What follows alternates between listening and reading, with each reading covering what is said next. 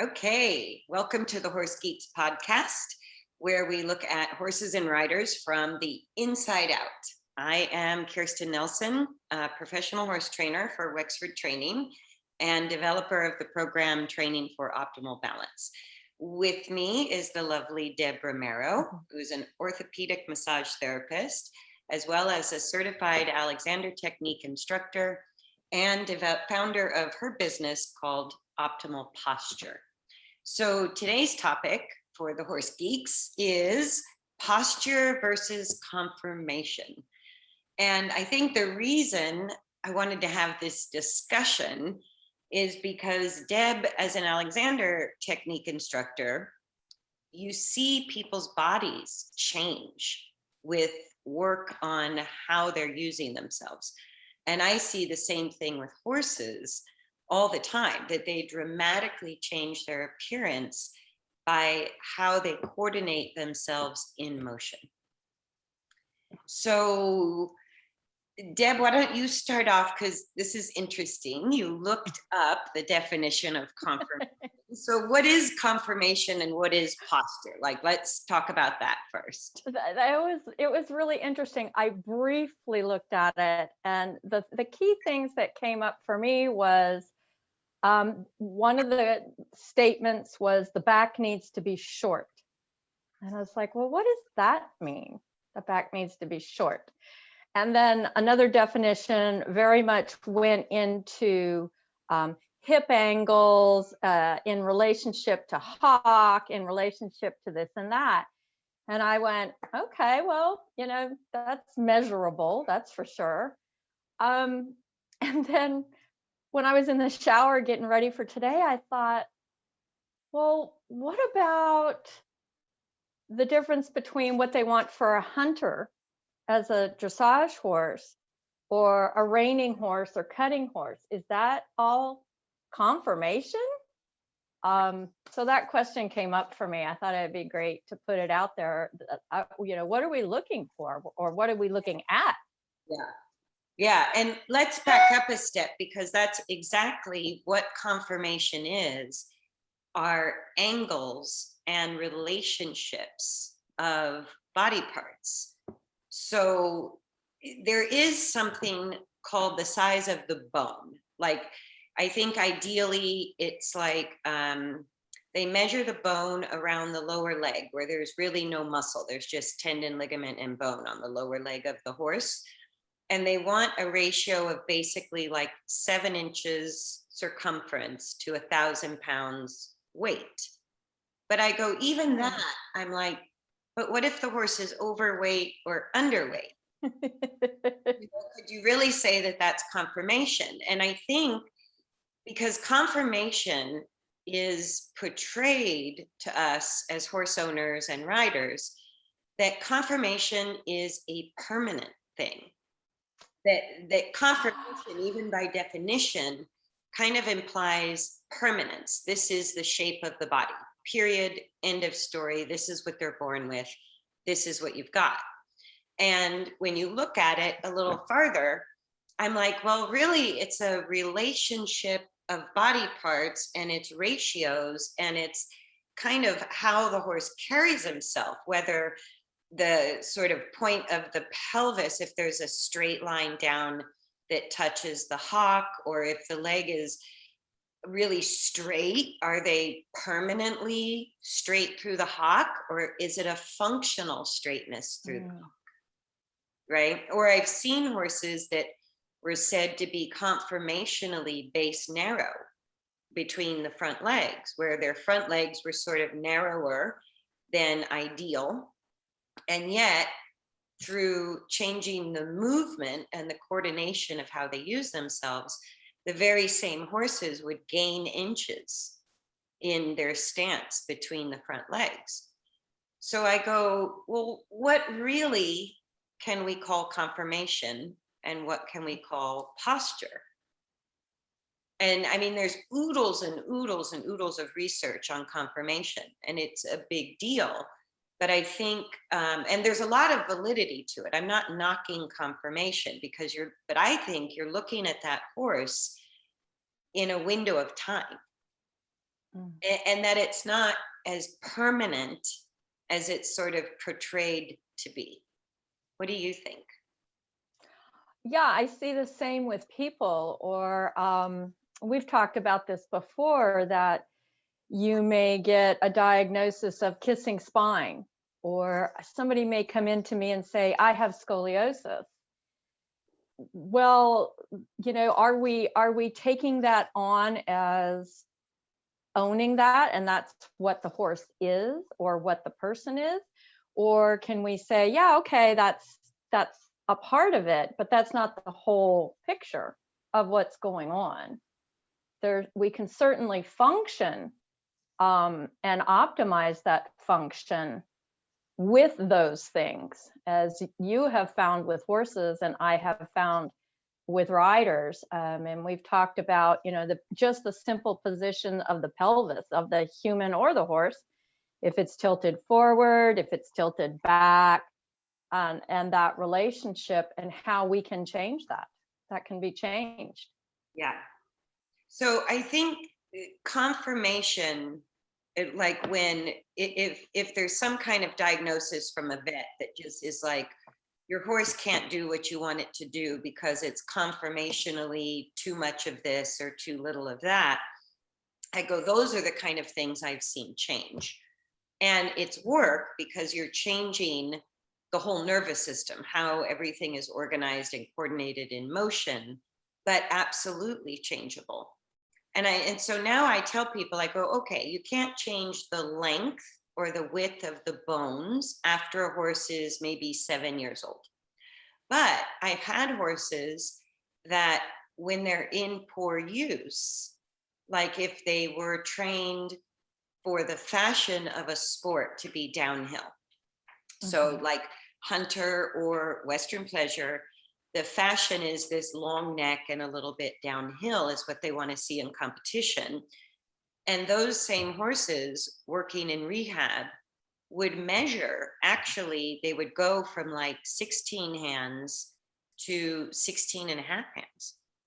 Like they would actually put on height just by sort of bringing the legs more square under the torso with how they were organizing themselves.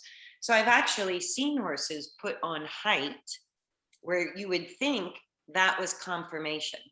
And none of the bones changed length, right? So none of the bones actually changed length. It was just the organization of again, changing the relationship of the torso leg alignment, which is one of the points of conformation.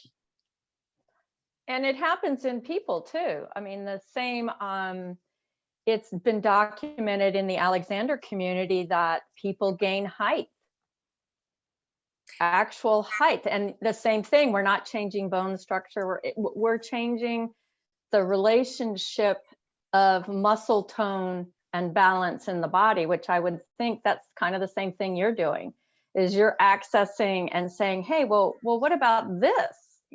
Could we improve it going this direction? And in the Alexander community, we see that a lot. People gain actual measurable height by learning to use their body better in a more easy fashion than what they've been doing. And there certainly is, in the whole world of human bodies, lots of role modeling out there that is a little bit deceiving. If you look at the postures that are being presented to us in say advertisements, clothing, all of that. So that posture and modeling of that really does either help in a positive or negative way. And I would think the same with working with horses. We either help them in a positive way or not. Yeah. And there was actually years ago, I was having a discussion with my farrier, and there was a horse, like there's many, they call it the high foot, low foot kind of phenomenon, where one foot is sort of, one front hoof is sort of pancake shaped, and the other front hoof is sort of upright or club shaped. And my farrier was saying that nobody really understood it, because if you got out a measuring tape, the cannon bones would be the same length. The pasterns would be the same length, or they would be, you know, close. So it wasn't really that the bones were different length, like a human with one short leg, right? The bones would actually measure the same, and yet you had this really flat hoof growth on one foot and a very upright hoof growth on the other foot. And from the saddle point of view, you would see one shoulder would be sort of sloping straight down and the other shoulder would be bulky. And so I go, that would really be poor conformation.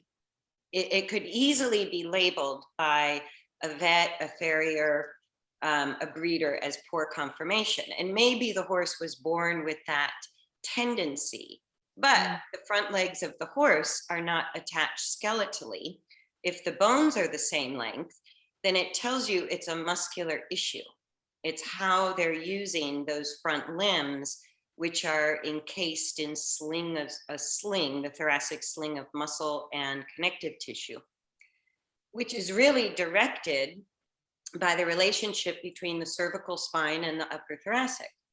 So I go, once you change that relationship and how the lower cervical spine and upper thoracic spine are aligning and stabilizing, you literally change the position of the shoulders and the feet begin to grow more symmetrically.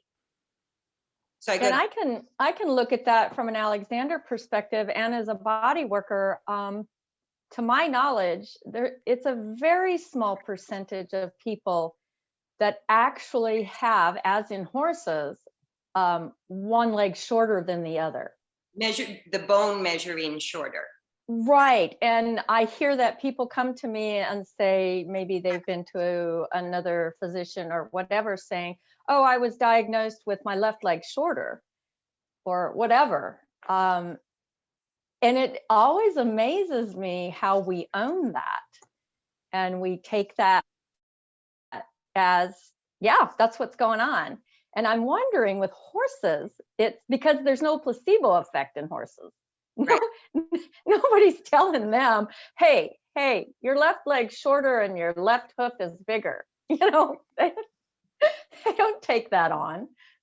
They, you know, so that's always the thing. Are we really looking at the cause or just the symptom?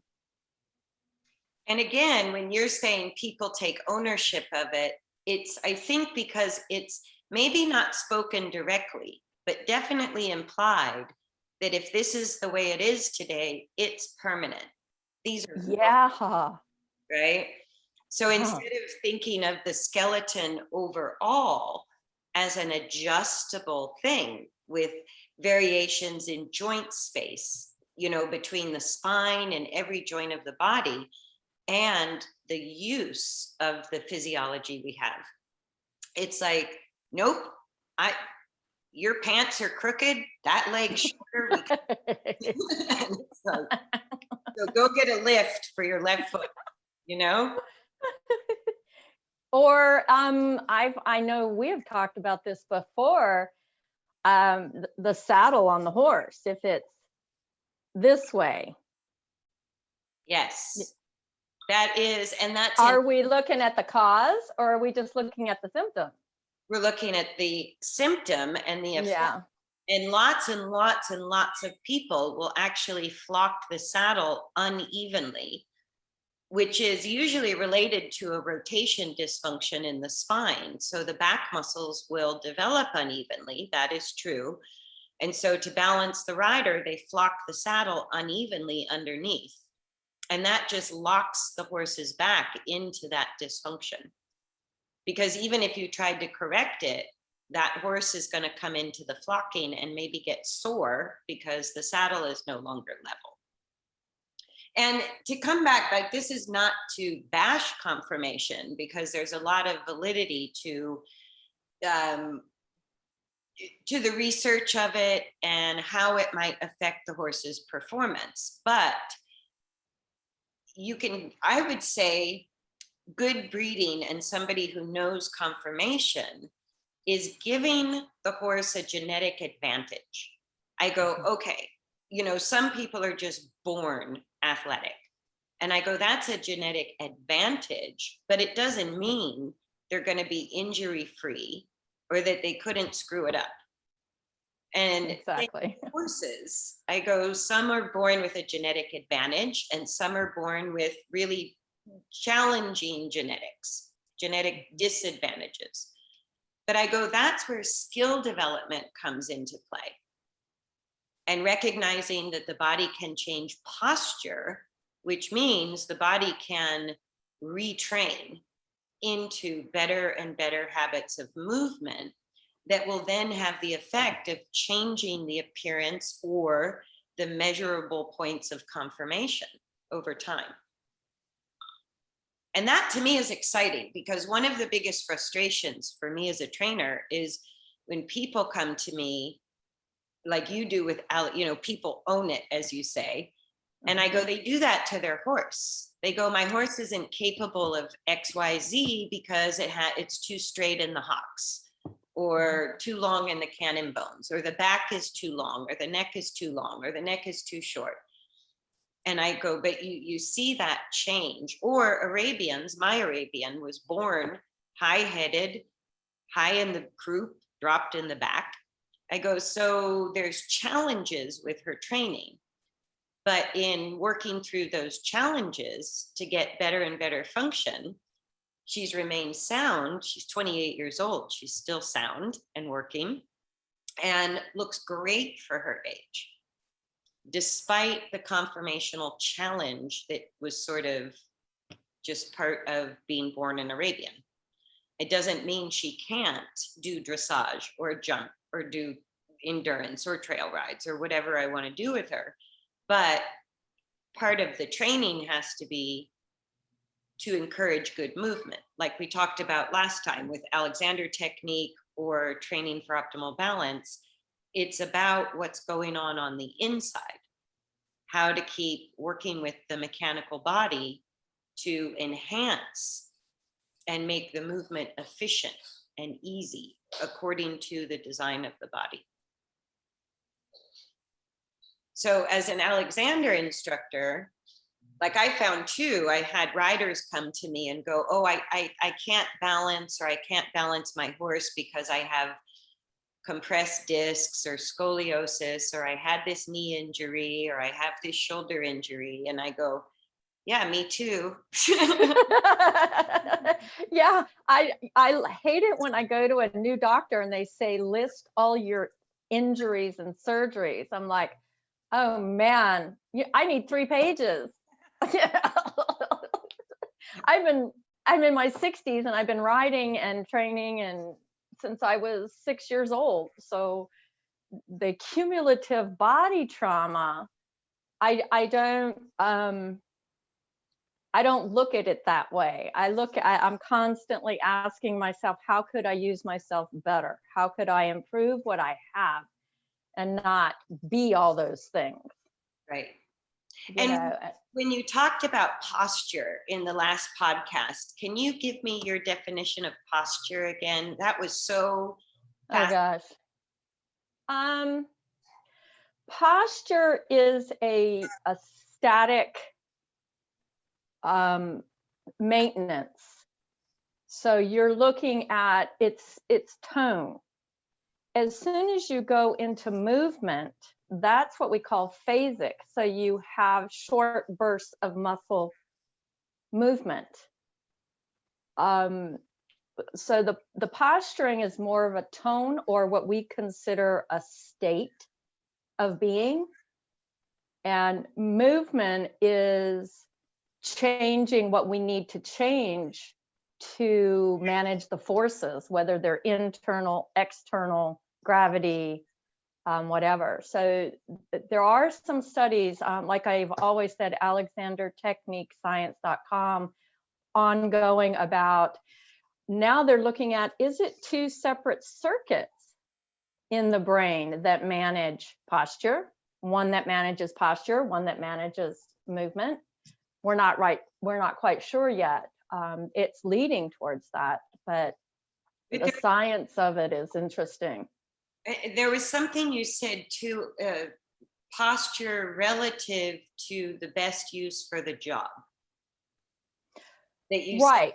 last time. So what you're saying is the posture might be a static moment and you're phasing as you're actually performing a task or doing something, you're phasing in and out of different postures. And the interesting thing, I did some reading on it, is that say if we're going to move our arm to pick up our coffee cup, if you move, you notice that that first set of movements is very quick.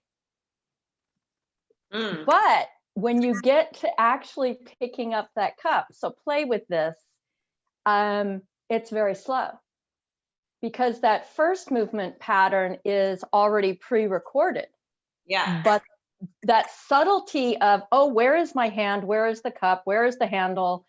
All of that is very phasic, and it's very short muscle bursts to get it to actually work. Oh, So yeah, very interesting research that's going on about it. but there's a moment, like in thinking, I want to pick up my cup. There's a moment before the movement where you sort of organize in order to do that. And then yeah, that's the pre-program.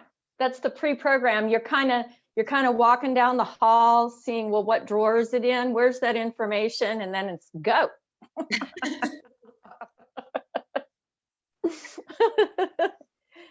But we don't think about that. And there's a lot of research on the eye and the eye movement, because it's very easy. It's easier to study than the whole entire muscular system. Yeah. About this, believe it or not, when you move your eye, you don't see. In motion, your eye does not pick up images. It can't when it's in a phasic burst state. It's only when it lands at whatever you're looking at does it give you information. So I find that fascinating. Oh, interesting. Yeah. You feel like you see all the time. Yeah. But what about those little car accidents of, I didn't see that? Yeah. Maybe that you were in a phasic mode and moving your eyes and you actually did not see that. Interesting. Yeah, kind of fun stuff. Yeah. And so how would you, like, my definition now of conformation is sort of the thickness, the density, the length of the bones themselves. But everything else to me is sort of a changeable part of the body, as dictated or directed by the nervous system. And so conformation, I go, it's a shot in time, or maybe it's how the foal turned into a 1-year-old, a 2-year-old, a 3-year-old. Genetics, that there's some advantages being born with good conformation. And maybe there's going to be some challenges if the conformation is a little off with birth. But I don't think that limits the individual really either way. And so conformation to me is just like, okay, that's how long the bones are. And here's the tendency of that individual. So now that's what we have to work with. And if you look at riders in the, what is it, the Paralympics, and there's people doing some really cool stuff out there that maybe don't have arms and legs like we do. Yes. And they are able to figure out how to use themselves with what they have and improve it. No, and I think the same for horses as well. One of the things that really shocked me as a trainer was the years I was working with rescue horses. And I kept thinking some of these rescue horses would come in that were well in their, 20s, or we were guessing, but they were severely undernourished. They would be, really looked like horrible conformation, and they were old. And one of the things that shocked me the most was how quickly the older horses would take to the retraining of the movement and the balance, sometimes faster than a young horse with great conformation. And I really Wow. had to ponder that because it surprised me quite a bit. And in thinking about it, my theory is because that body needs it more. I go, because their dysfunction is so high that they're living in a chronic state of discomfort or pain. And so a little bit of guidance towards a better coordination in motion went a long way with these rescue horses. It's like they turned around way faster and easier, which really surprised me at the time. This was years ago, but I find that very consistent, that horses that have been struggling and they're older will actually sometimes make faster turnarounds than young horses, especially young horses with great conformation. And, you know, in thinking of it from the horse's perspective, I go, the old horse is going, oh, thank God, I needed some help. And the young horse is like, I'm fine. I don't need to change. What's your problem? That's so funny because I just, it's amazing how that happens. And I just got back from visiting my son in Texas, and he's a retired Marine with some ruptured discs in his back. And he's getting to a place that he actually asked for my help for the first Oh, time. yes. Hey mom, you know, could you please give me something to do about this back pain? I'm like, sure, no problem. Absolutely. I think as young athletes, horses, people, we take our bodies, you know, for advantage and just assume everything's working just fine. Yeah. And if there's no pain, which sometimes can take years because it can be the small, repetitive wear and tear, the very tiny misuses that add up over time. And we call that getting old. But I go, it's not getting old. It's a chronic pattern of misuse. And with the horses, the older they are, the more they're like, they get instant relief from the guidance. And it's another point to make, because I think people believe too, if they buy a horse with really good conformation, that they're somehow shortcutting the process of getting them trained for performance. And there may be some truth to that, but I go, genetics are kind of a wonky thing. You know, there's no guarantee with genetics. And you could have a horse with great conformation and poor coordination. I completely agree. And so, and just because you might have perfect conformation in a horse, it doesn't guarantee that they're going to be super athletes, or that they're going to have good skill development. Right. So a lot of these horses that I see in performance that are retiring at 9, 10, 11, 12 years old, I go, their great conformation and their great breeding was sort of what everybody was relying on.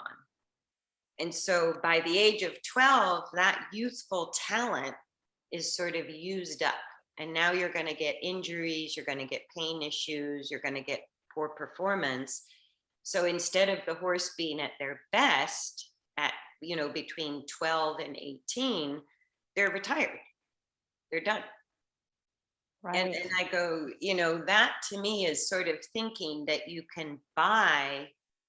And I guess, you know, it's hard to say because you can buy the talent. There are talented people and there are talented horses, but that still requires training. And when the right training, yeah. Yeah, because I go, you know, even professional athletes, I go, okay, you're over 7 feet, you love basketball, that's probably your sport, right?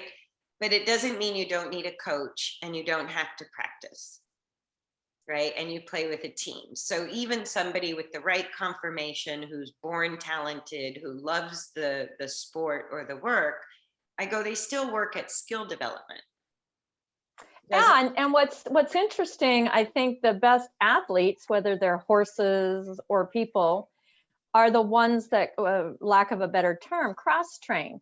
Um, Absolutely. they're not. I'm not going out there practicing a dressage test because I know that's not what needs to happen. What needs to happen is creating all that balance and coordination of good tone so that I can do well on the dressage test or the jumping round or going into team penning or whatever. Right. Right. You build the athletic ability by changing the habits of motion.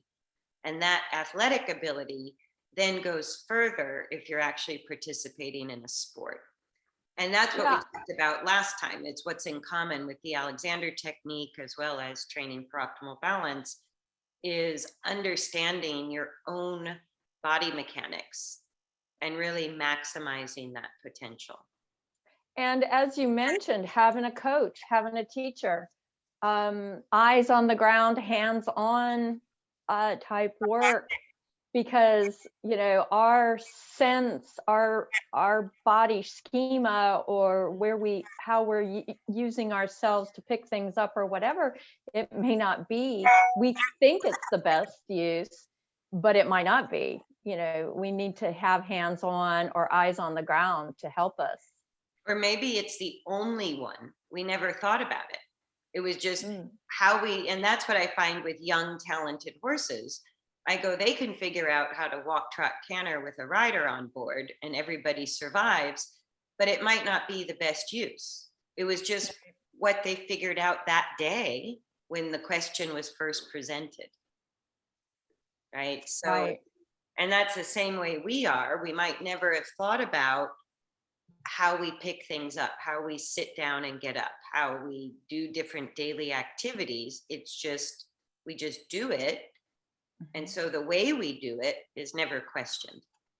And like you said before, what really can get into a challenge is, like you said, it's the daily things you do, brushing your teeth, eating, drinking, driving your car. Those are where we just keep repeating, and could we question, am I using myself the best of my ability for this activity? Right. And I think I thought that movement is a habit. Movement. Oh yeah. And I go, wow, on the one hand, that's a little daunting because Yes. it's hard to change habits. But on the Mhm. other hand, because it's a habit, it also means it's changeable. Whether you started with great conformation or conformational challenges in your body or the horse's body, movement as a habit means habits can be changed. Yes. And there's a saying that says, it's not how much weight you carry, it's how you carry your weight. Interesting. Yeah. So, and I've had some people after a few Alexander lessons, they say they've gotten comments from other people. They kind of look at them and say, did you lose weight? Did you cut your hair? What's different? Yeah. Yeah. No, and the biggest surprise to me doing the Alexander technique with you was I never had what's typically called a rider's body. I had a jockey's body. So I had a long torso and what appeared to be short legs. And that was my conformation. And when I look at old pictures of myself, that's what I look like, a long torso and short legs. And then after doing the Alexander technique with you for years, I mean, it took a while, not only did I become more limber, like, because I could never easily touch my toes, and yoga was not my favorite activity because I wasn't very limber, but through focusing a lot on just how I was using myself daily, and especially the head, the spine use, the head neck balance, the pelvis, I then looked at pictures of myself riding with no expectation that I would look any different. And I was like, when did I grow legs? Somebody looked in a photograph, I looked like I had a shorter torso and longer legs. And it wasn't just good britches. It was like, you always have to buy the high-waisted britches and maximize the leg length, but it wasn't the britches. I'm like, when did I get longer legs and a shorter torso? Like it surprised me about myself. So explain how that happens, Deb. Like, wow. So the basics to me, and I would think this applies to horses too, we're always looking at the symptom, which is, oh, he's lame, oh, the leg's shorter than the other. But are we looking at the cause, which is, how am I using my head, neck, back, and pelvis? That organization directly affects how the arms and legs are able to be used. So if for some reason the nervous system detects a strong or even a slight imbalance in the use of the head, neck, back, and pelvis, it's going to clamp, and it usually ends up out here. And that's where we see it. We see the shoulder injuries. We see the knee injuries. right. But that really, to me, is just, unless you've gotten hit by a baseball bat in your knee, which, okay, yeah, that's the cause. But we really need to go back. And I think we discussed this in one of our podcasts about you and how you went through this whole thing about your knee. Yes. And it was actually not your knee. That was just where the little red flashing light was going off. But I usually always go back to the spine and see what the spine function is. Can we improve spinal function?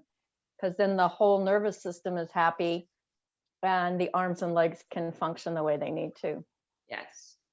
And for me, this might not be true for everybody, but the appearance of having a long torso and short legs was also directly related to the knee pain, even though I had a knee injury, because I had such a strong lordotic curve, like most women do. I had a strong low arch in my low back, right? Whether I was on or off a horse, that was one of my strongest habits. And you would think, as I learned to control the amount of curve through my own lumbar spine, actually taking some of the curve out and straightening my lumbar spine, I think in my mind, I went, well, I'm always going to look like a Oompa Loompa because that's going to make my back look even longer. But that was what actually released this sort of upward muscular habit of my legs. That's the upward, and you see it in riders when it's kind of like when they put their foot in the stirrup. It's like we never go back into length of that leg. It's that there's like this upward shortening into the pelvis, which locks everything. I mean, everything's pretty much shut down at that point. And I think what you figured out is you finally figured out how to organize the head, neck, back, and pelvis so the legs can do what they need to do. They were able to let go. Yeah. That's what gave me the appearance of longer legs, was just releasing that excessive upward contraction through the hamstrings, the quads, that long thigh muscle. I can't remember the name of it. And then when I had knee pain, it was just a little bit of the old habit on the left side of my low back that was creating pain in my right knee. And it was so cool because it was literally on and off. If I had knee pain, I would go, oops, I need to lengthen and straighten the left side of my low back. And as soon as I did that, the knee pain instantly vanished. And then if I forgot, it instantly came back. What a great reminder. Yeah, it's a very, very black and white. That wasn't subtle. That's good. Yeah, it wasn't subtle. But, you would think if I had this appearance of a long torso and short legs with an arched low back, that if I straightened it, it would look even longer in my torso. And it was completely the reverse effect because of the muscular release through all that holding I was doing in my legs, just let go. So I probably increased joint space and just found the full length of my legs, which surprisingly were not as disproportional to my torso as I always thought. I was a lot more proportional than I thought I was, but the muscle use was camouflaging that. And I've seen those changes in my horse, Callie, because she always looked long backed and short necked, which was, she was constantly in extension. So that conformation that she had is pretty much, between you and me, working for years to get her out of that. She looks completely different. Yeah, because now she looks much shorter coupled, which gives the appearance of a shorter back. And part of that is if they're in that longitudinal spinal extension where the back is pushing down, it's going to rotate the pelvis backwards and place the hind legs behind the torso more often than not, which then puts the front legs even too far back. So it's like the torso tilts forward and down and the legs are at these backward angles. And that's what I said, as soon as you get the torso back to level and the legs square, they put on anywhere from a quarter to a half a hand in height. Yeah. Well, because it's the same thing, I would think, that was going on with you, which was when we released that muscular tension of holding, it gives you the height. Yeah, I literally went from 5'2" to 5'4". Like doing the Alexander work. I actually measure taller. I had to change my driver's license because and that was during aging, which again, we think we're going to shrink as we get old. And I go, really, we just sort of collapse. We don't That's really a good shrink, way, yeah. but we kind of collapse, like our habits sort of weigh down on us, and we don't necessarily have to shrink as we age. So I think basically, just to recap, what is posture? What is conformation? I think we talked quite a bit about that. How conformation gets used as an excuse. That's the thing. I think this podcast, if it helps people at all, is to not label when somebody tells you you or your horse have certain conformational traits, that's just a window today. It's just a picture, a snapshot today. It's not untrue, but it's not permanent, and it doesn't have to limit whatever you want to do. Like that to me is this whole discussion about posture and conformation is don't label it as permanent and think you need a different horse for what you want to do. And then Exactly. Because it can change, which was the other point. And some people, some horses have conformational or genetic advantages and some don't. But through skill development and knowledge, we can all change our habits of movement and our habits of posture, our habits of use. Is there anything you want to add to that? No, that sounds great. Yeah. And what would you say to people who think they have bad conformation? Well, there are always, things like scoliosis. Yes, that I don't know if you can change that, but I do know I have a colleague that does have scoliosis, and being an Alexander teacher, she has not lost any of her height. Through the knowledge of the Alexander technique, and like what you do with horses, that level of knowledge to keep everything open and available for the best use you can at that time. Right. And there's always more.